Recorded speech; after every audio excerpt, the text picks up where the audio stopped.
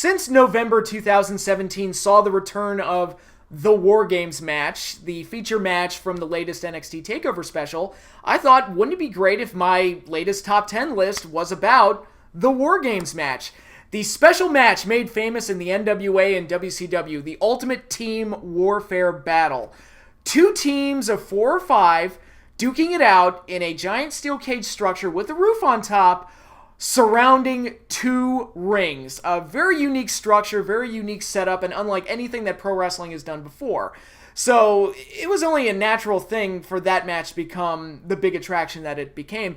And it also makes sense that other companies would kind of borrow from it and create their own special matches from it. I would argue the War Games influenced not just other imitators that other companies would do, like Ring of Honor would do Steel Cage Warfare, and TNA would do Lethal Lockdown as an annual event. CZW did the Cage of Death. I've also heard that Smoky Mountain Wrestling did their own version of War Games, and various other companies did it. But not only did War Games influence those matches, I would argue it influenced some of the major mainstay gimmick matches in WWE right now. There's a little bit of the Royal Rumble in War Games. There's a little bit of Survivor Series. There's a little bit of Elimination Chamber, a little bit of Hell in a Cell. There are attributes in the War Games match that kind of found its way into other gimmick matches throughout the years. And it is such a great, bombastic, anarchy rules type of match that of course it became famous. And of course a lot of wrestling marks just fucking love it because it's great. So in this list, I will be taking a look at my personal favorite War Games match. Now, a couple of provisos, a couple of caveats. This will actually not be a top 10 list. This will be 2 top 5 lists. I've decided to split the list in 2, just to A, keep it simple, and B, kind of pay honor to the other War Games type of matches that have come up over the years, in the post-2000s. So what you're going to see is the first half of this video is going to be about the more modern takes on War Games, the matches that happened in Ring of Honor, like the Steel Cage Warfare, or TNA's Lethal Lockdown, CZW's Cage of Death, even the recent War Games match from NXT. The matches that kind of borrow from War Games. They aren't pure recreations of War Games as we knew it from the NWA and WCW, but they are great imitations that had a lot of the fun of War Games and even had their own attributes that made them good on their own right. So they're worth talking about. So I thought I would do a top 5 list there of my personal favorite War Games-esque matches that have come out in the post-2000s once WCW went under. And then the second half of this video is going to be another top 5 list about my personal favorite classic War Games matches from the 80s and 90s. Which were the ones that, of the original string of War Games, which ones were my personal favorites and which ones did I feel were the best and which ones were the most memorable. So, without further ado, let's get this started.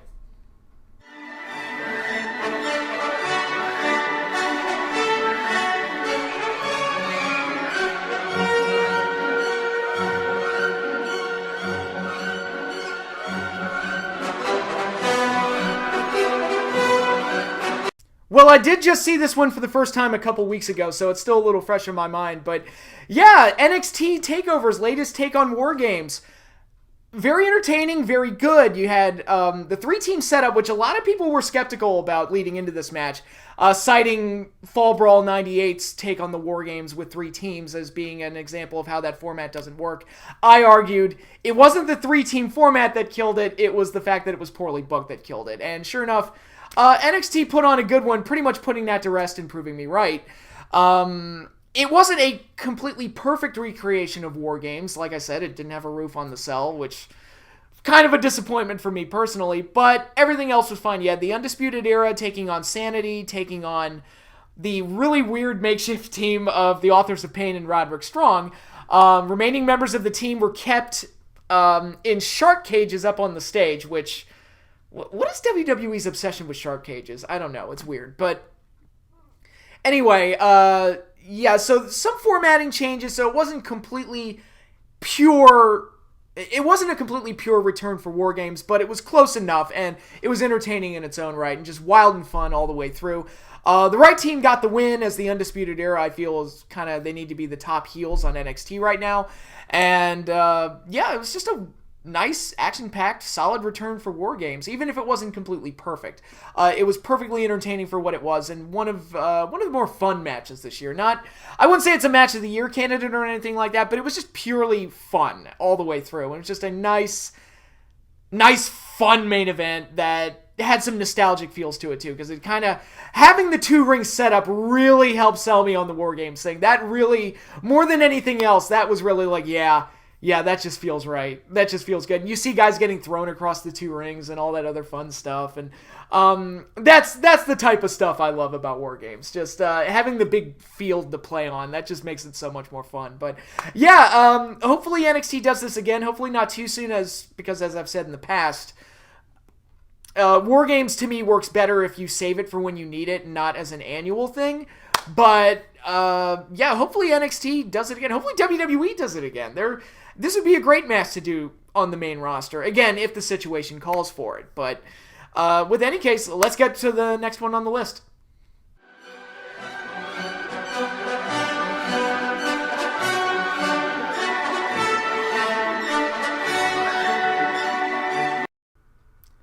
Good God Almighty, I don't even know what to say about this match. It is pure anarchy from start to finish. There's almost too much going on in this match. It is completely insane to watch. And it's funny because the match itself doesn't have any commentary. There's no commentary for this match. I think that's probably for the better, because I would feel sorry for anybody trying to call this thing, because it is just pure chaos all the way through. Is it a lot of fun to watch? Absolutely. It is very entertaining, very fun to watch, and served as a nice climax to the Ring of Honor versus CCW feud. For about a good 7 or 8 months leading up to Death Before Dishonor 4, ROH and CCW were involved in an interpromotional war against each other, which was perfect because both companies have such different personalities and identities. Ring of Honor being the more pure wrestling company and CCW being the crazy, shitty hardcore company. It was a natural to actually put them against each other and see what kind of magic they could make. And this was a great match to have serve as the finale. The Cage of Death with Team ROH, Samoa Joe, BJ Whitmer, back when he had hair, Bryan Danielson, Ace Steel, and Adam Pearce, taking on Team CZW, Claudio Castagnoli, back when he had hair, and not named Cesaro, Chris Hero, back when he didn't have a big beer belly, and Necro Butcher, Nate Webb, and a mystery partner who was revealed to be the King of Diamonds, Eddie Kingston. And when Chris Hero announced who it was that would be the mystery partner, that was actually a really good moment at the end of the match, because they were embroiled in a feud in CCW at the time. So I always like that whenever there's an interpromotional thing and they actually do reference that guys within the company don't like each other and they have to get along for the sake of whatever interpromotional war that they're involved in. But anyway, I'm babbling. That was the match, and it was the Cage of Death, which was CCW's take on the War Games, set in a Ring of Honor show. And for those of you who don't know, the Cage of Death is basically hardcore War Games. That's the best way I can describe it. And the cage itself is also placed around the ringside area. It's not attached to the ring like most steel cages are. It's actually kind of like Hell in a Cell. It's kind of set around the ringside area. Not the most impressive looking cage. It looks shorter than the ring itself, so it doesn't look like it's that high or anything, but it does make for a nice battleground for all the plunder and, garbage hardcore wrestling. And I apologize, I'm actually not the biggest fan of CCW, because I think a lot of what they do is glorified backyard wrestling, or at least most of what they did was glorified backyard wrestling. Not saying they didn't have talented guys. Obviously, the Kings of Wrestling were on their team. Holy shit. But the hardcore, overly hardcore stuff is typically not my preference. But like I said, that only added fuel to the fire for the ROH versus CCW feud, which was very good. And like I said, this was a nice ender to it, but the match itself is pure insanity almost the entire way through. You get Bryan Danielson turning on Samoa Joe and taking the opportunity to clip his injured knee, which CCW had worked over the injured knee for quite a while leading into this match. Setting up a showdown between Danielson and Joe later on, and basically leaving ROH at 5-against-3 advantage for a majority of the match. And, when you look at the Ring of Honor guys that were left, they lost Joe and Danielson, who walked out on them. And Joe had to be taken out because he was injured. So it was like, holy shit, they're fucked. They've got BJ Whitmer, Adam Pearce, and Ace Steel to serve as the Team Ring of Honor. It's like, God, those aren't your best guys going up against 5 dudes from CCW. 5 very good guys. From 5 of CCW's top guys anyway. And it looked like Ring of Honor was just disadvantaged all the way through. And you get all the crazy hardcore action. Necro Butcher is, say what you will about him, he's a crazy son of a bitch. And you get the reveal of Eddie Kingston. You get the reveal of the savior for Ring of Honor, who ultimately substitutes in and helps lead Ring of Honor to victory. I won't say who it was, because I highly recommend you go check out the match.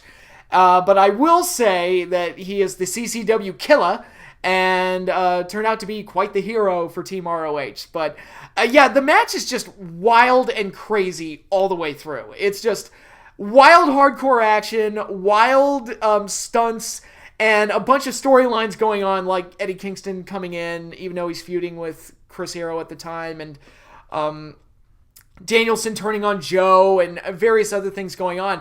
So there's a lot of storyline and a lot of crazy action. So it's a very dense match, but it holds together well enough to be entertaining. And like I said, it serves as a great climax to the long-running feud between ROH and CCW. So if you're interested in checking out a little bit of a different take on War Games, I recommend this one because it is just completely bonkers.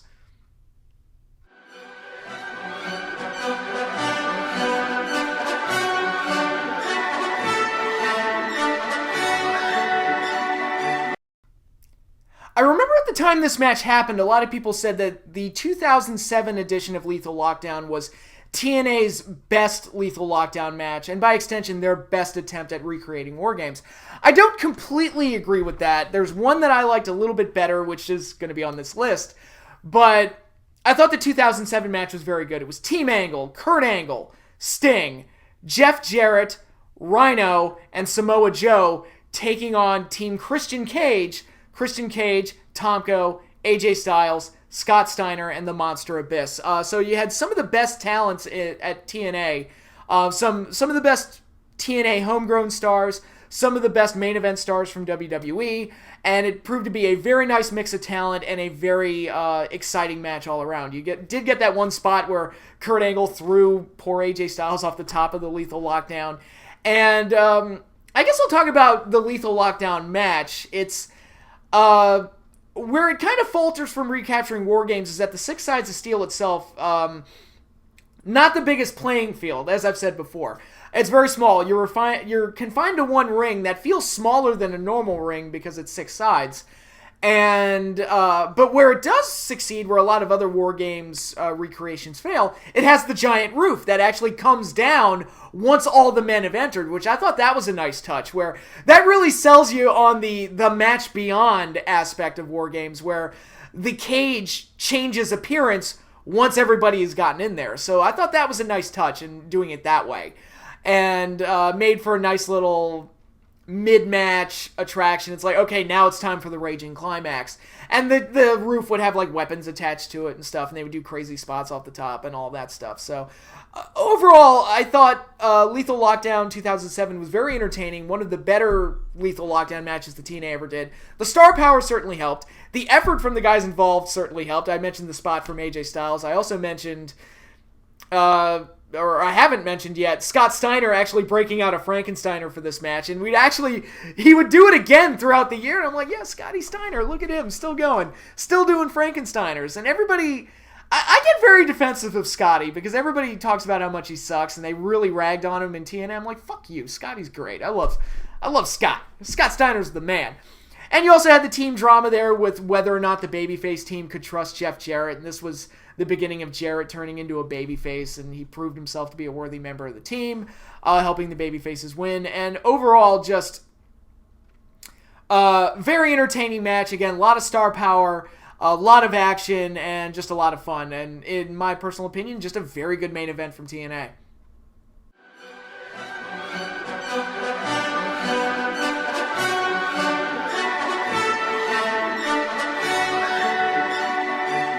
And now we are back to Ring of Honor with their own unique take on the War Games match. Steel Cage Warfare, a match that pitted Generation Next, the team consisting of Austin Aries, Jack Evans, Matt Sydal, and Roderick Strong, taking on Prince Nana's Embassy. And by the way, I gotta say, I loved Prince Nana back in the day. He was one of my favorite managers in wrestling at that point.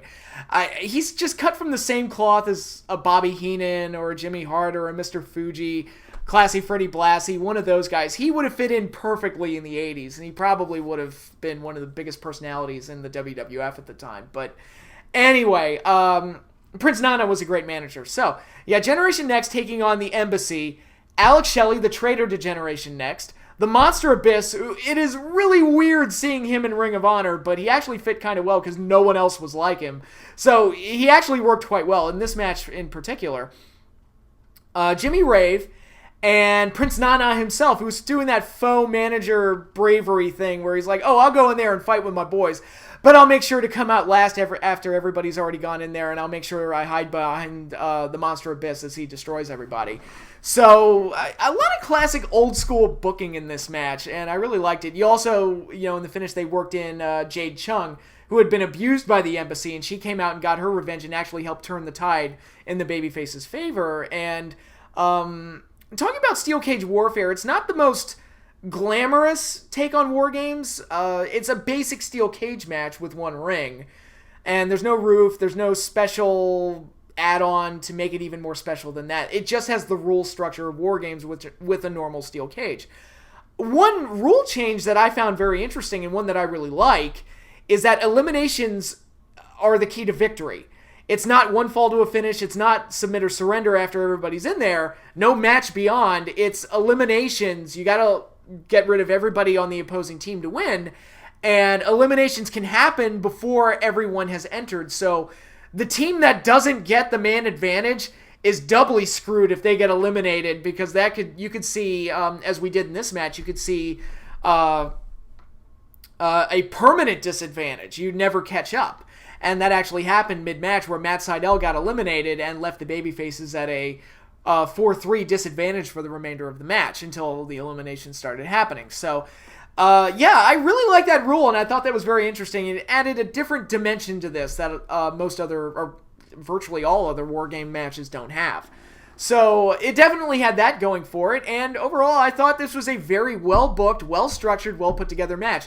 The ROH CCW Cage of Death was just pure anarchy. That match was just pure balls to the walls, pure fucking chaos. This match had like an old-school booking feel to it where it had the emotional roller coaster ride. I already talked about the storyline payoff by having Jade Chung come out and helping the babyfaces distract the heels. I talked about the heels having an advantage for most of the match and gaining it that way, and the manager being the sneaky heel trying to getting away from a beating while talking a tough game and all sorts of things like that. So it had a very 1980s type of feel to it, but with new age stars, and I think it made for a very well-structured, very entertaining match. Like I said, I think the stars of the match were Abyss himself, who played the monster perfectly here and just threw guys around like nobody's business, and was really the main obstacle for Generation Next to overcome.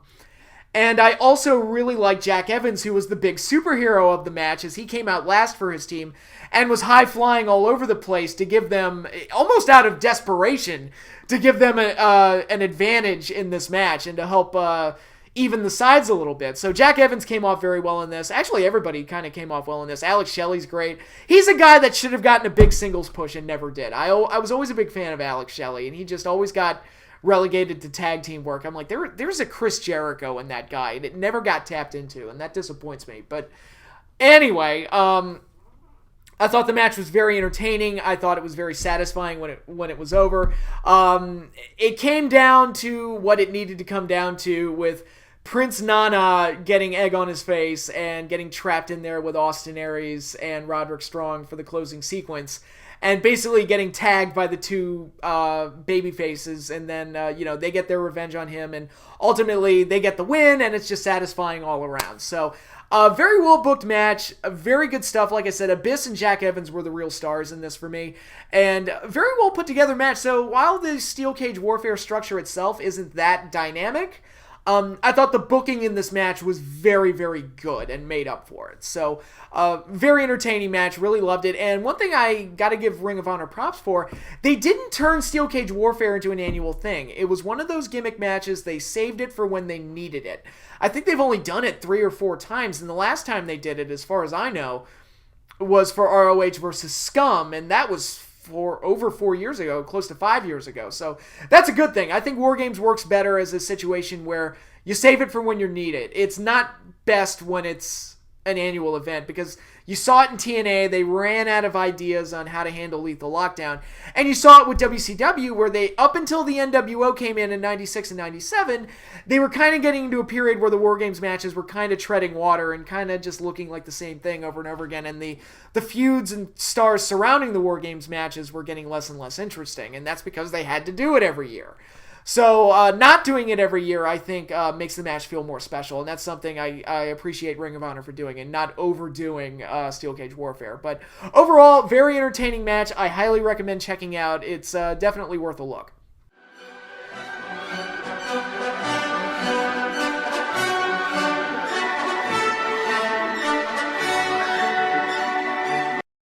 And number 1 on my list for modern interpretations of War Games was TNA's second Lethal Lockdown match in 2006. Sting's Warriors, the team of Sting, AJ Styles, Rhino, and Ron the Truth Killings, that's R-Truth to those of you who don't know, versus Jarrett's Army. Jeff Jarrett, Scott Steiner, and the team of Chris Harris and James Storm, known as America's Most Wanted.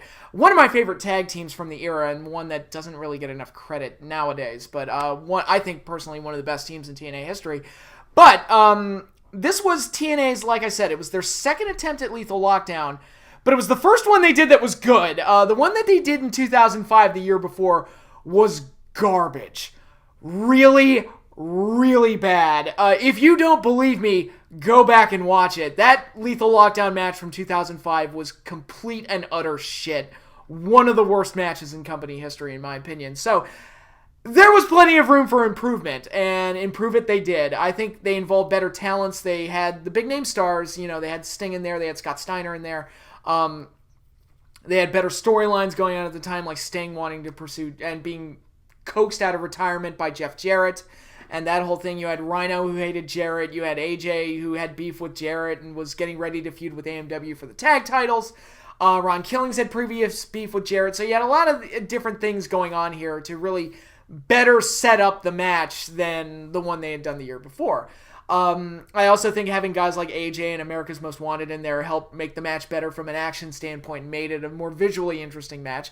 AJ, once again, did the big spot, or actually did the first really big spot in Lethal Lockdown history, where he climbed up on top of the cage with a ladder and came down with a table, drove James Storm through a table on top of the cage. And I was like, man, so many things could go wrong with that spot. You're thinking, how stable is the top of the roof of the Lethal Lockdown structure? It's like, is that going to be able to support a ladder? And AJ's like doing monkey bars across the scaffolding or the lights on top of the impact zone, and kind of monkey bars his way over to drop his body through James Storm through a table on top of the cage. And I'm like, that's some crazy shit right there. But AJ Styles, he's awesome.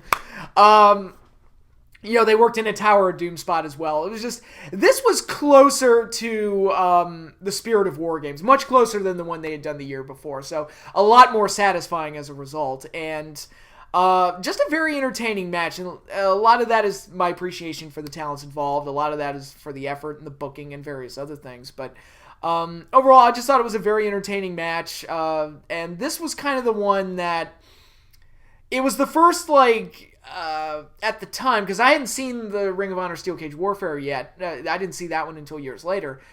It was the first match I'd seen in a while that kind of felt a little bit like War Games. Not entirely, because again, no two cages, or no two rings, and smaller cage and everything, but the spirit was there, and it was, at the time, it was like, I'll take what I can get. And also, it was just cool to see Sting back in a War Game style match, so it also had that going for it. And this was also the first Lethal Lockdown to have the add-on of the giant roof that comes down once everybody has entered the cage.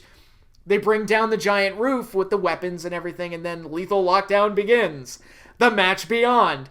And It made for a lot of fun and a lot more visually interesting than, again, what they had done the year before. And a couple Lethal Lockdowns left out the roof, and I always felt like that was a mistake. It's like, no, the roof coming down is actually a very nice visual to have, and it helps set it apart from other matches that TNA does or other versions of War Games that had been done before. So, yeah, Sting's Warriors versus Jarrett's Army. It's my personal favorite Lethal Lockdown match, and my personal favorite modern age take on the War Games match.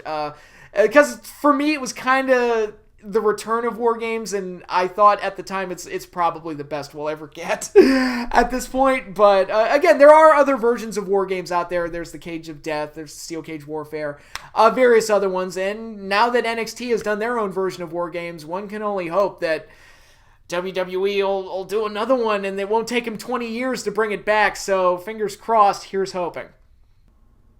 Now, as great and as fun as those matches were, and I really do enjoy those takes on War Games, they weren't completely pure recreations of the classic War Games. Most of them didn't have the dual rings. The latest NXT one was very close. It did have the 2 rings, but it didn't have the roof on top. Most of them didn't have the roof on top. TNA's did. Lethal Lockdown typically did have the giant roof that would come down and cover the 6 sides of steel. But overall, they didn't completely recapture the magic of War Games. So that's also one of the reasons why I split this list up and decided to do, okay, we're going to do the modern takes on War Games that were cool and fun and inventive, but now it's time to get into the pure, the real McCoy, the actual War Games matches, the one that, to me, really made the match special and really made it stand out. All the fun stuff, submit or surrender, once all the men get in, it's the match beyond, and the coolness of the structure, the wild brutality that would go on in these matches, and the memorable moments and memorable finishes in some cases, as we would see in 96 and 97. All of it is worth talking about. All of it is worth remembering. So, without further ado, let's jump into the classic War Games.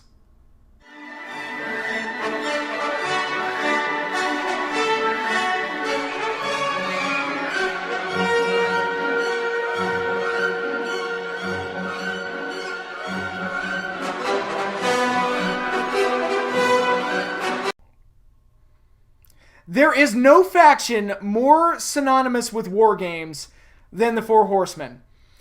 And in 1997, there was no faction more powerful than the NWO, so it was only natural to put the two together in War Games at some point. While it wasn't the ideal version of the NWO that we got, it wasn't the classic ideal version of the Four Horsemen, the spirit was there and the idea was there, and I thought the build-up was good enough on its own to merit doing this match.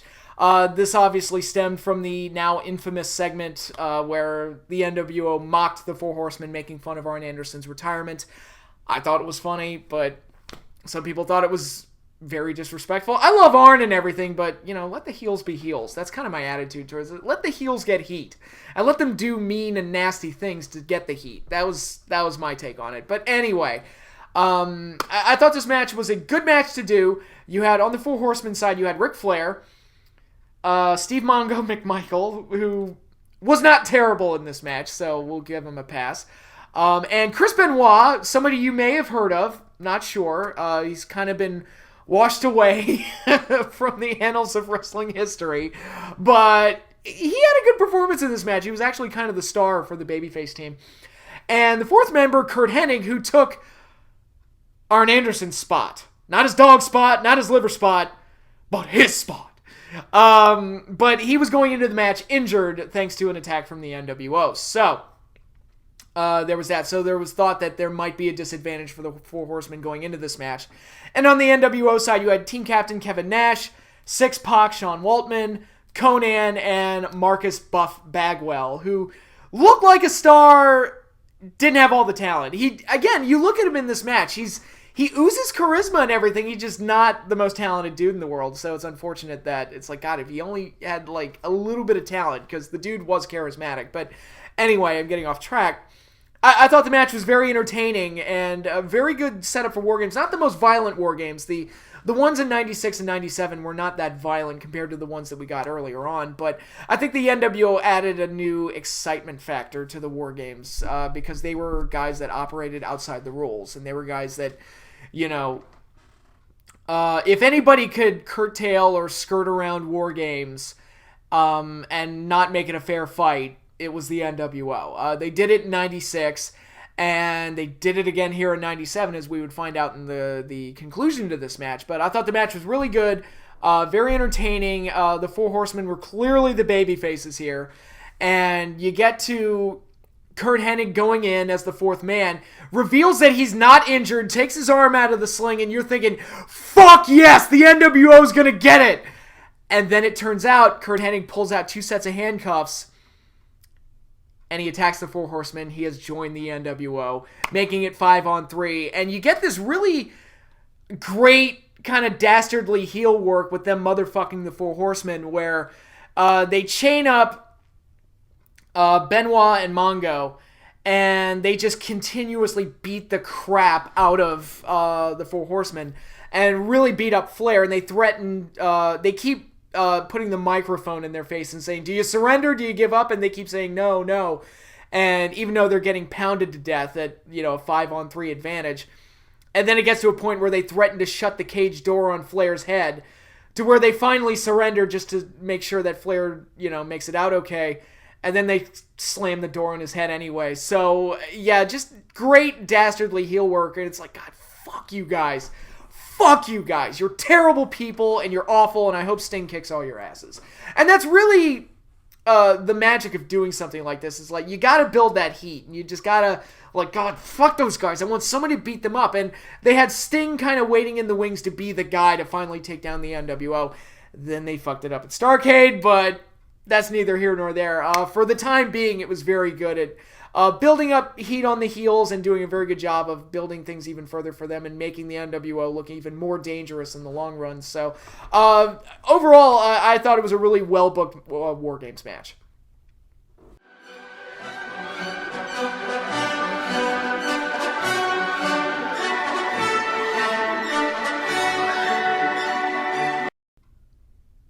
The other major War Games match involving the NWO happened in 1996, just a few months after the group had initially formed. By this point, they had gotten a few more members to the original 3. DiBiase had been revealed as their financial backer. The Giant had joined the group, and a guy dressed up as Sting had joined the group, the NWO Sting, and people thought that it was the real Sting. So you had this kind of confusing setup where, not too hard to follow, but you had, on the NWO team, you had Hogan, Hall, Nash, and Sting. On the WCW side, you had Luger, Flair, Arn Anderson, and Sting. So it's like, wait, so which side is Sting on? And actually, NWO built it up as a mystery partner that they kind of teased would be Sting or whatever.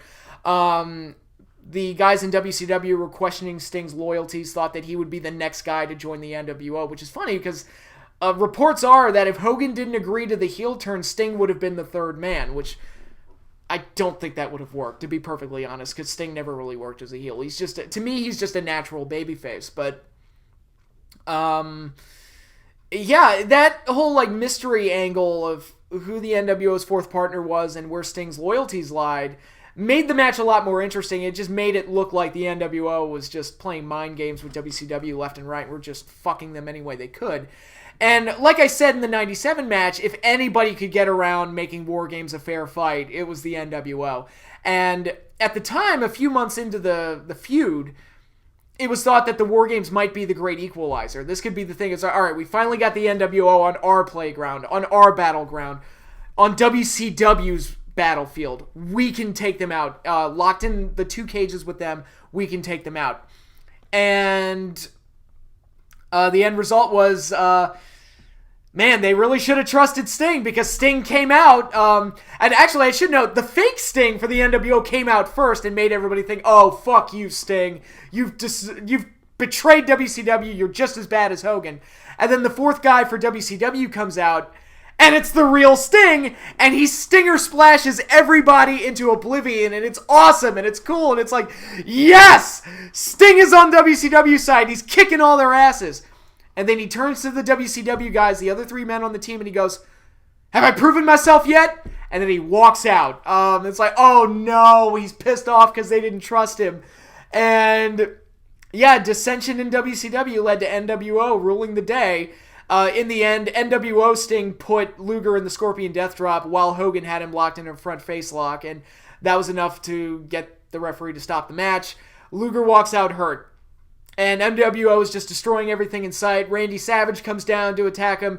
He gets beat up, and this is the famous shot where Miss Elizabeth comes out and supports Randy, and Hogan spray paints her while she's covering up a beaten down Randy Savage.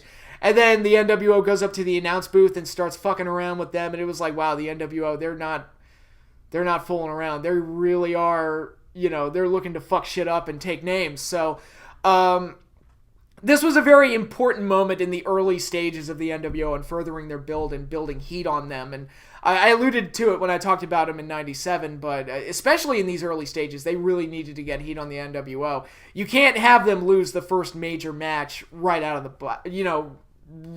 start. You gotta let them build their heat for a while. And the fact that they were able to pretty much completely motherfuck War Games is just an example of the type of power that they had and just how much in control they were of everything going on in WCW and how little structure there was in WCW's faction. The guys couldn't get along. They mistrusted each other. They didn't operate as a unit like the NWO did, which allowed them to run roughshod over everybody. So, again, effectively handled, great heel work, really kind of chilling ending to the show where it's wow, the NWO, they're, like I said, they're not fucking around. And just great stuff all around and really enjoyable. Again, not one of the more violent War Games, but very entertaining and very well booked in its own right.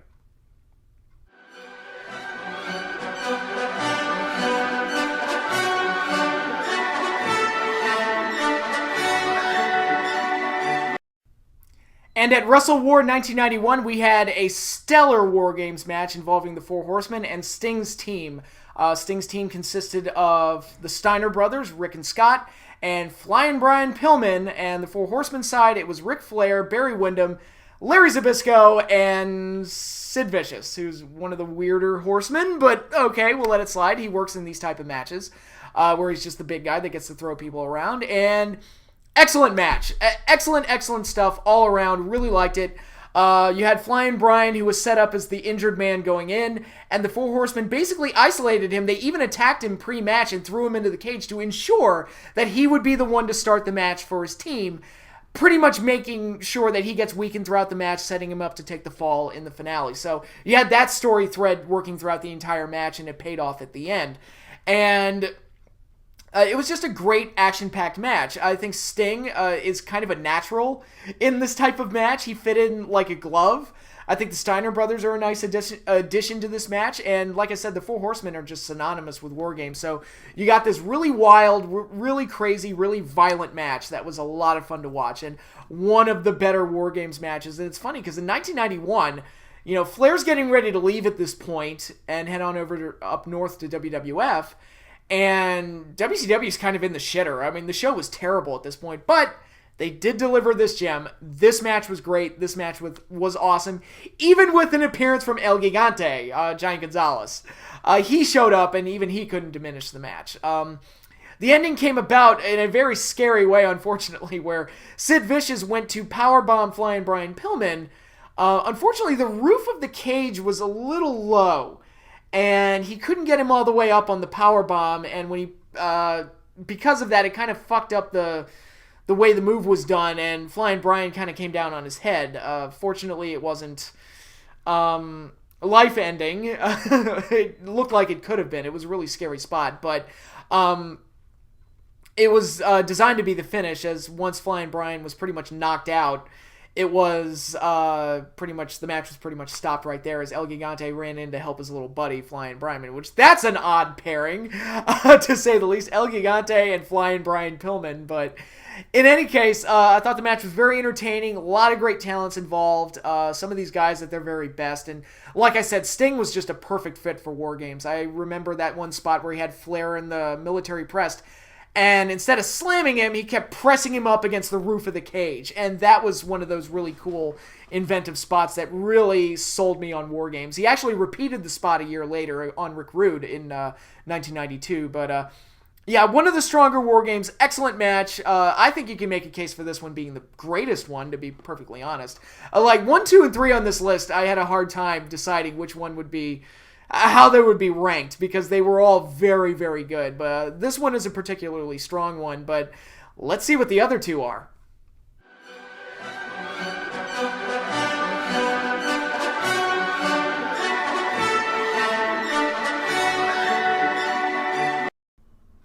In 1987, War Games was born, and whenever you create a gimmick match that really influences the art form and really kind of creates its own legacy, the blueprint match, the first one that really sets the tone for how this gimmick match is going to go, is almost always going to be considered one of the best of that particular type of match.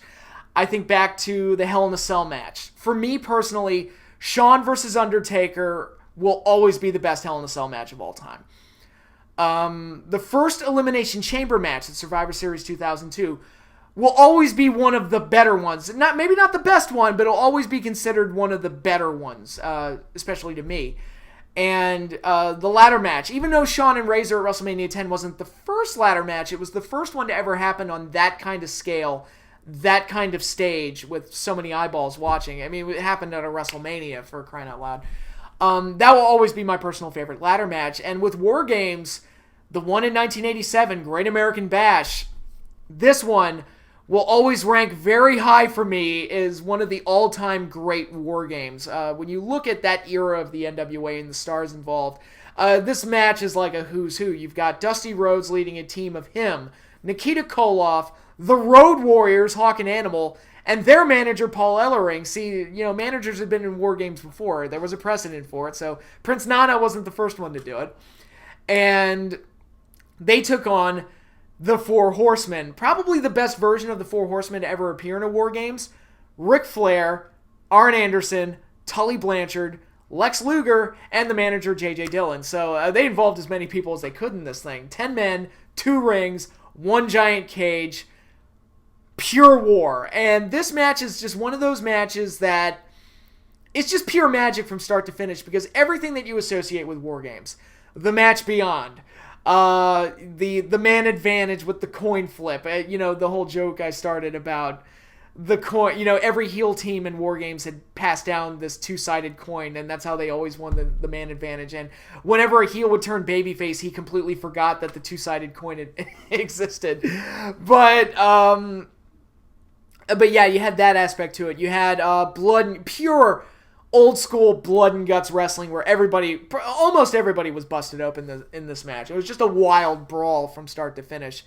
And the building tension as each new guy walked into the ring, and just the sight of that structure in that setting, it almost seemed like it was beyond the capabilities of what the NWA was capable of doing at that point, because production wasn't the greatest at this time, but it was a very ambitious match for them to do, and it really paid off and created one of the all-time great wrestling traditions, the War Games match. And this match is just pure stellar, pure excitement from bell to bell. Like that crowd reacted to everything that they did, and it was, like I said, it was just pure excitement from bell to bell. Started off with Dusty and Tully, and then it just kept building and kept getting crazier and crazier from then on.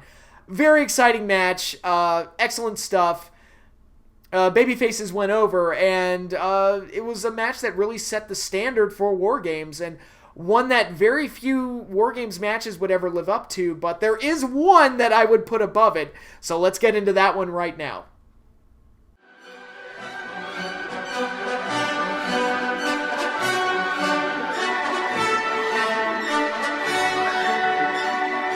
I'll say this much.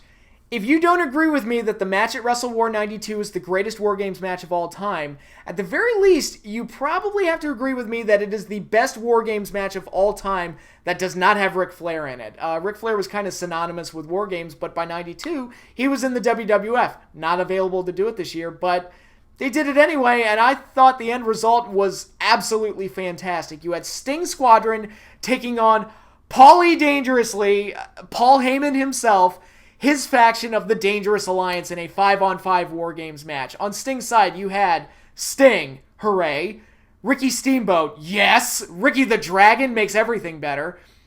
Nikita Koloff, whose loyalties were questioned heading into this match and led to a great babyface moment later on where he turned out, no, I actually am on your side, you can trust me. That seemed to get a huge pop from the crowd.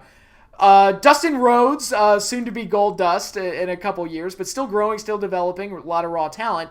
And Barry Windham, the former Widowmaker, former Four Horsemen. And on the Dangerous Alliance side, you had not quite Stone Cold yet, but legend in the making, stunning Steve Austin, Larry Zbyszko, ravishing Rick Rude, who was great in this, Bobby Eaton, and the perennial, great hand himself, the Enforcer, Arn Anderson. A great array of talent, wonderful 10 guys to have in this thing. And I think what set this apart from the other War Games for me personally, not only did you get the wild violence and the wild brawl and the great action that you would come to expect out of a War Games, and this was, in a lot of ways, just as much on par with the 87 match as far as the wild brutality goes, they also worked in a lot of flash and a lot of cool visuals, like the spot where Medusa, who was aligned with the Dangerous Alliance, climbed to the top of the roof of the War Games cage and tried to sneak in foreign objects, the, Paulie Dangerously's famous, brick telephone, sneak it into the cage and give it to her guys to use as a weapon. Sting, basically, like a cat, jumped up to the top of the cage. Not jumped off, he climbed up, but he may as well have jumped, he did it so fast. Climbed up to the top of the cage to stop her, and stood up and basically stared her down and was like, don't you fucking dare. And she, of course, got out of the way, and that was that. No more interference from Medusa. They didn't do a big spot off the top of the cage, but just the visual of Sting standing on top of it just to stare Medusa down is like, don't you do shit. That was cool, and that was really interesting. And you also got this cool spot, which I had never seen anything like this before in 92. The spot where the Dangerous Alliance, throughout the match, they started undoing one of the turnbuckles and actually undid the rope entirely and took the steel rod from the turnbuckle and wanted to use it as a weapon, which set up the finish where Larry Z was going to hit Sting with it. Sting ducked, clocked his partner in the shoulder, set him up for the loss, and the Dangerous Alliance lost thanks to Larry Zbyszko's mistake. But, excellent match. And I also should point out, this was the very first War Games match that I ever saw. And once I saw it, I was totally sold on it. I'm like, this match is fucking cool. This is one of the coolest fucking matches.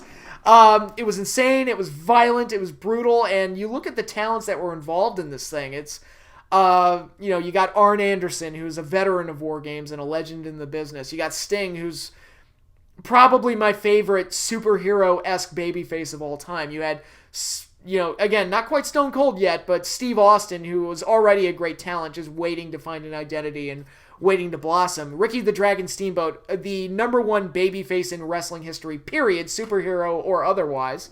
Bobby Eaton, great wrestler, great worker, typically known for being in tag teams, but still fantastic in his own right. Larry Zbyszko, the living legend. So many great talents, so many great personalities. Even Nikita Koloff, who's not one of the bigger names in this match, did add something through the whole dynamic of whether or not the babyfaces could trust him. Ravishing Rick Rude, outstanding in this match. He was great with his selling and the level of class that he brought to this thing, I felt. He was such a polished worker and so much fun to watch already that he was just a perfect fit for something like this. And overall, outstanding match. Absolutely outstanding match.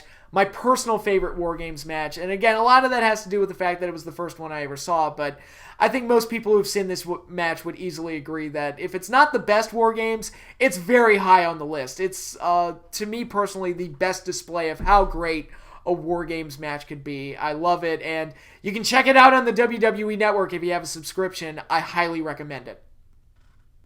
And that will conclude this month's top 10 list. Hopefully you all enjoyed it. And hopefully I gave you some good recommendations. If you really enjoyed the NXT TakeOver version of War Games, hopefully I gave you some good recommendations on which ones to go back and watch, because some of those old War Games matches are really good. And as I've shown here, I think some of the ones that other companies tried to do were also good in their own right. TNA did a few good ones. ROH did some very good ones. The CZW Cage of Death is complete anarchy, and I'm sure a lot of fun for people that like that type of stuff. So there's a lot of good stuff out there, and it's nice that the spirit of War Games managed to survive. Even after the death of WCW, there was still people clinging to trying to create the perfect War Games match, even if they couldn't fully do it. The effort was always there, and that was something I always appreciated. So, that concludes this month's top 10 list. I'm done for now. Come back next month as... I'll just go ahead and spoil it right now. Next month's top 10 list is going to be the top 10 worst matches of 2017. So stay tuned for that.